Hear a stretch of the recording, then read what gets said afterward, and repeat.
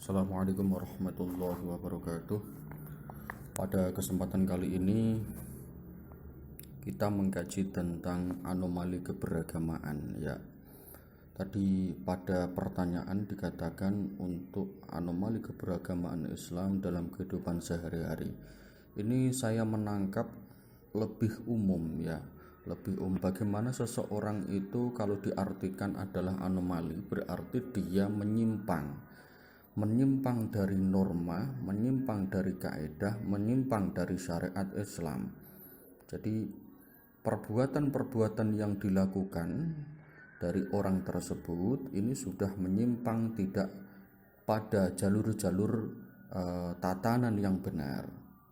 Kalau tadi itu teman-teman mengatakan dari pemakalah mengatakan contohnya adalah menyimpang itu adalah seringkali mengulang-ulang wudhu sebelum sholat. Iya, ini di dalam fikih biasanya dikatakan sebagai orang yang syak atau orang yang ragu, orang yang mamang terhadap wudhunya. Jangan-jangan wudhunya ini tidak benar, jangan-jangan ada yang tertinggal, jangan-jangan ada yang salah.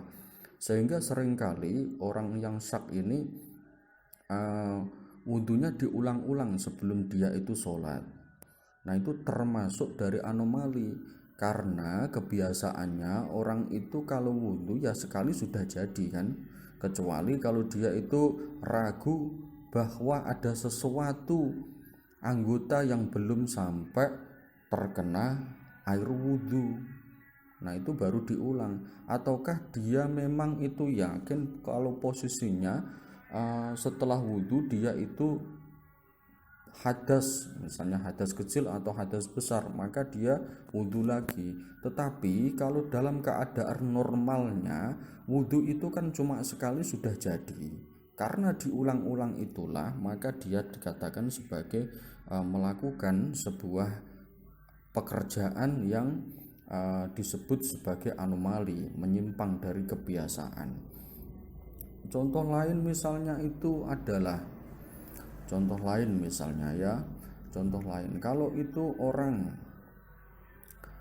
aqimis sholah wa atuz zakat, disuruh untuk melakukan sholat, menengake sholat, mendirikan sholat, tetapi sholat wajib yang jumlahnya 5 waktu ini itu jarang dilakukan. Nah, kalau jarang dilakukan bisa disebut juga sebagai anomali. Sholat yang 5 bisa saja ditawar menjadi 3, itu anomali. Ataukah bisa kita kembangkan lagi pengetahuannya, karena sholat itu ada batasan-batasannya menurut syariah. Maka kalau melakukan sholat dan sering misalnya ketiduran pada saat waktu subuh, padahal waktu subuh itu ada batasan jelas sampai terbitnya matahari. Kalau sholat ini sudah melebihi itu berarti disebut qadha karena sudah habis. Kalau masih dalam waktunya berarti disebut ada. Kalau sudah keluar berarti disebut qadha. Kalau qadha berarti dia itu anomali. Kalau sekali 2 kali dengan tanpa sengaja itu tidak disebut sebagai anomali. Tapi kalau perbuatan ini didasarkan pada perbuatan yang diulang-ulang setiap kali karena malamnya sering bergadang, aslinya dia itu punya keinginan untuk bisa sholat subuh, tapi karena seringkali begadang sampai terlarut malam, akhirnya sholatnya itu adalah sholat qadha. Nah, itu bisa disebut anomali juga. Begitu. Ataukah karena memang malas untuk bangun sehingga seringkali perbuatan itu diulang-ulang, maka disebut dengan anomali. Tidak lumrah, tidak sesuai dengan koridor syariah, itu bisa disebut dengan anomali. Wa'atuz zakat ya, ada beberapa khitab untuk seorang mukallaf. Bisa tadi aqimis sholah wa atuz zakat, orang yang tidak mau membayar zakat ini juga disebut sebagai anomali. Nah, untuk kejadian orang yang tidak mau membayar zakat ini zamannya dulu terkenal pada saat pembangkang untuk tidak mau membayar zakat itu adalah pada masa Khalifah Abu Bakar. Jadi Abu Bakar itu adalah memberantas orang-orang yang tidak mau atau yang enggan membayar zakat. Di antaranya kan ada beberapa ya. Pertama adalah orang yang mengaku sebagai nabi. Ini juga termasuk anomali juga, karena orang itu lumrahnya ya tidak nabi. Kalau nabi itu berarti mendapat wahyu khusus dari Allah Ta'ala, dan itu adalah sudah dinas dalam Al-Quran bahwa nabi terakhir adalah Nabi Muhammad, dan setelah itu tidak ada nabi. Tetapi di dalam cerita itu kan Musailamah Al-Kadzab yang terkenal itu sudah mengaku sebagai nabi. Nah itu juga termasuk sebagai anomali, dan beberapa orang saat itu zamannya Abu Bakar ini sudah berani mengaku nabi, padahal itu khotaman nabiyin, bahwa Rasulullah itu adalah nabi yang terakhir. Dan ini tidak Musailamah Al-Kadzab saja ya, tapi ada beberapa orang yang mengaku sebagai nabi. Ini termasuk juga anomali. Beda dengan tingkatannya para wali yang mendapat ilham. Seringkali para ulama sepuh, ulama-ulama alim, ulama-ulama yang mukasyafa ini mendapat wahyu dari Allah. Beda tingkatannya. Kalau wahyu itu untuk nabi ya, dan nabi itu yang terakhir adalah Nabi Muhammad. Nah, termasuk juga diantaranya adalah menindak tegas orang-orang yang murtad, orang-orang yang keluar dari Islam. Begitu. Nah, yang terakhir itu adalah orang-orang yang tidak mau membayar zakat. Karena zakat itu merupakan kewajiban syariah. Kalau tidak mau dibayar, kalau orangnya tidak mau membayar zakat, berarti termasuk orang yang anomali.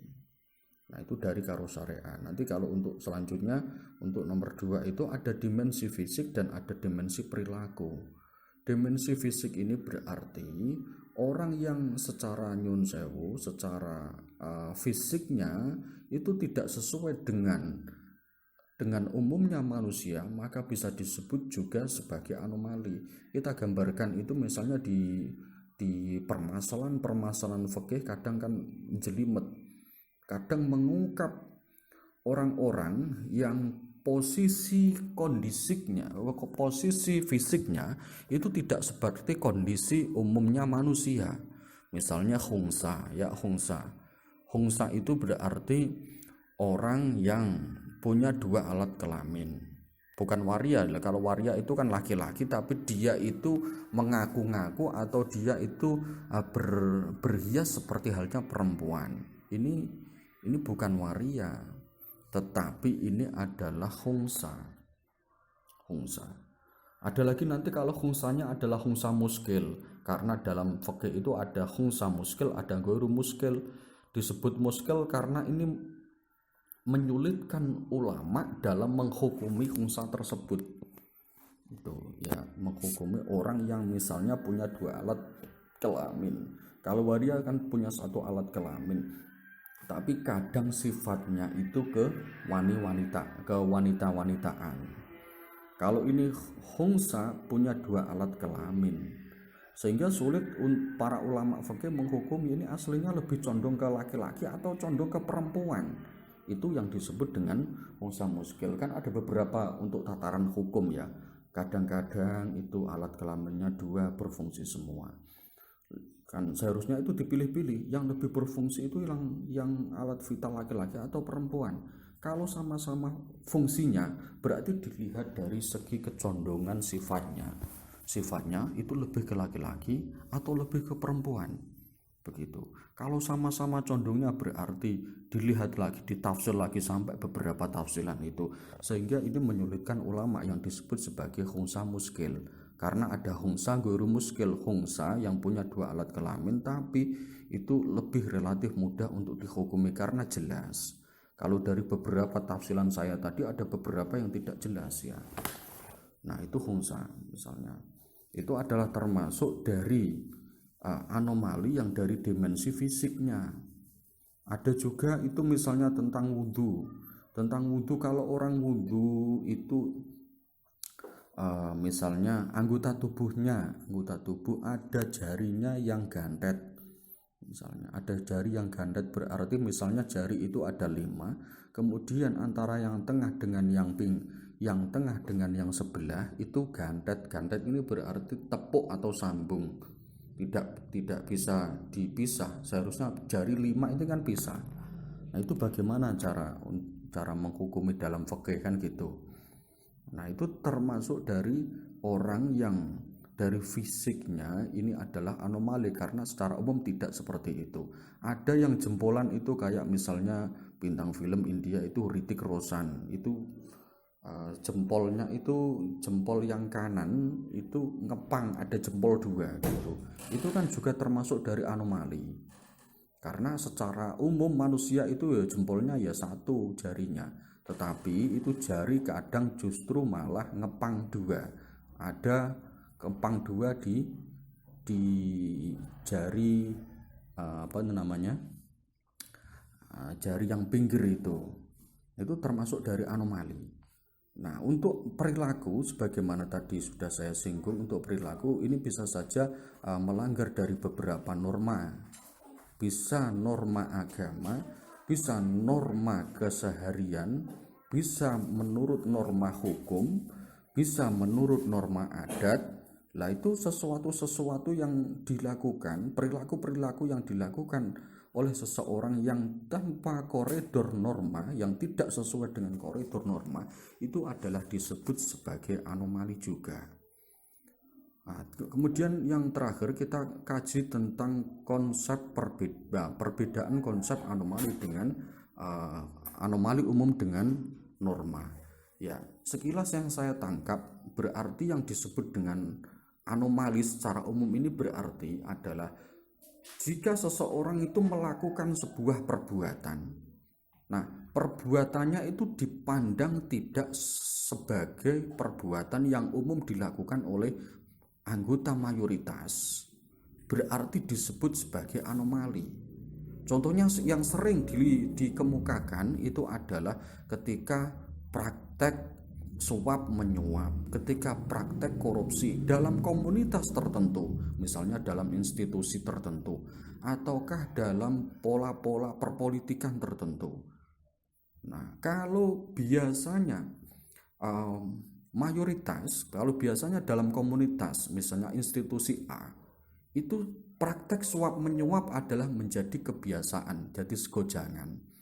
Kalau ada beberapa segelintir oknum yang tidak mau menuruti pola praktek suap menyuap atau korupsi, maka itu disebut sebagai anomali. Dia menyimpang dari kebiasaan umumnya komunitas yang dilakukan itu.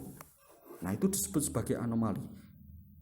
Maka untuk pengertian umum ini dikatakan tadi adalah sebagai pengertian yang lemah kalau dihadapkan untuk norma, ya, kalau dihadapkan untuk aturan-aturan yang ada dalam norma.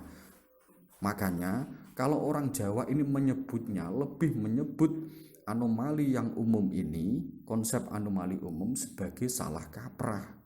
Salah tapi kaprah, ya kan? Salah karena prakteknya itu adalah melanggar norma, itu salah. Kaprah karena sudah terbiasa dilakukan, makanya disebut sebagai salah kaprah. Begitu. Nah, itu konsep anomali umum, saya menyebutnya sebagai konsep yang salah kaprah dalam istilah orang Jawa. Begitu. Kalau untuk norma tadi adalah berarti dia tidak mengikuti aturan-aturan yang sudah diterapkan dalam norma tertentu. Nah, ini karena norma aturannya bagus, maka kalau dilanggar itu justru dikatakan sebagai anomali. Bukan kaidah pertama yang dibalik.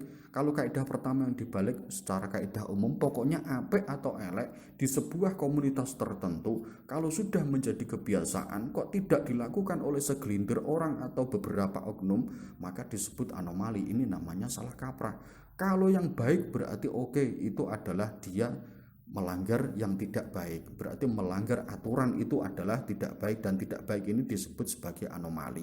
Tetapi kalau itu prakteknya adalah praktek dalam segi negatif dan Sehingga dalam komunitas tertentu, jika sebagian orang, segelintir orang tidak mempraktekkan apa yang dipraktekkan oleh mayoritas, padahal prakteknya adalah salah, maka disebut anomali. Tapi penyebutan anomali ini berarti penyebutan yang salah kaprah. Begitu. Bukan penyebutan yang salah kaprah, berarti anomali ini dalam posisi orang Jawa disebut sebagai salah kaprah. Begitu. Dan itu berarti memang tidak boleh seperti itu. Tetapi yang baik adalah konsep-konsep anomali secara norma. Baik norma apapun yang dipandang itu adalah baik. Oke, itu saja dari saya. Terima kasih untuk pembahasan anomali ini. Sudah bagus. Assalamualaikum warahmatullahi wabarakatuh.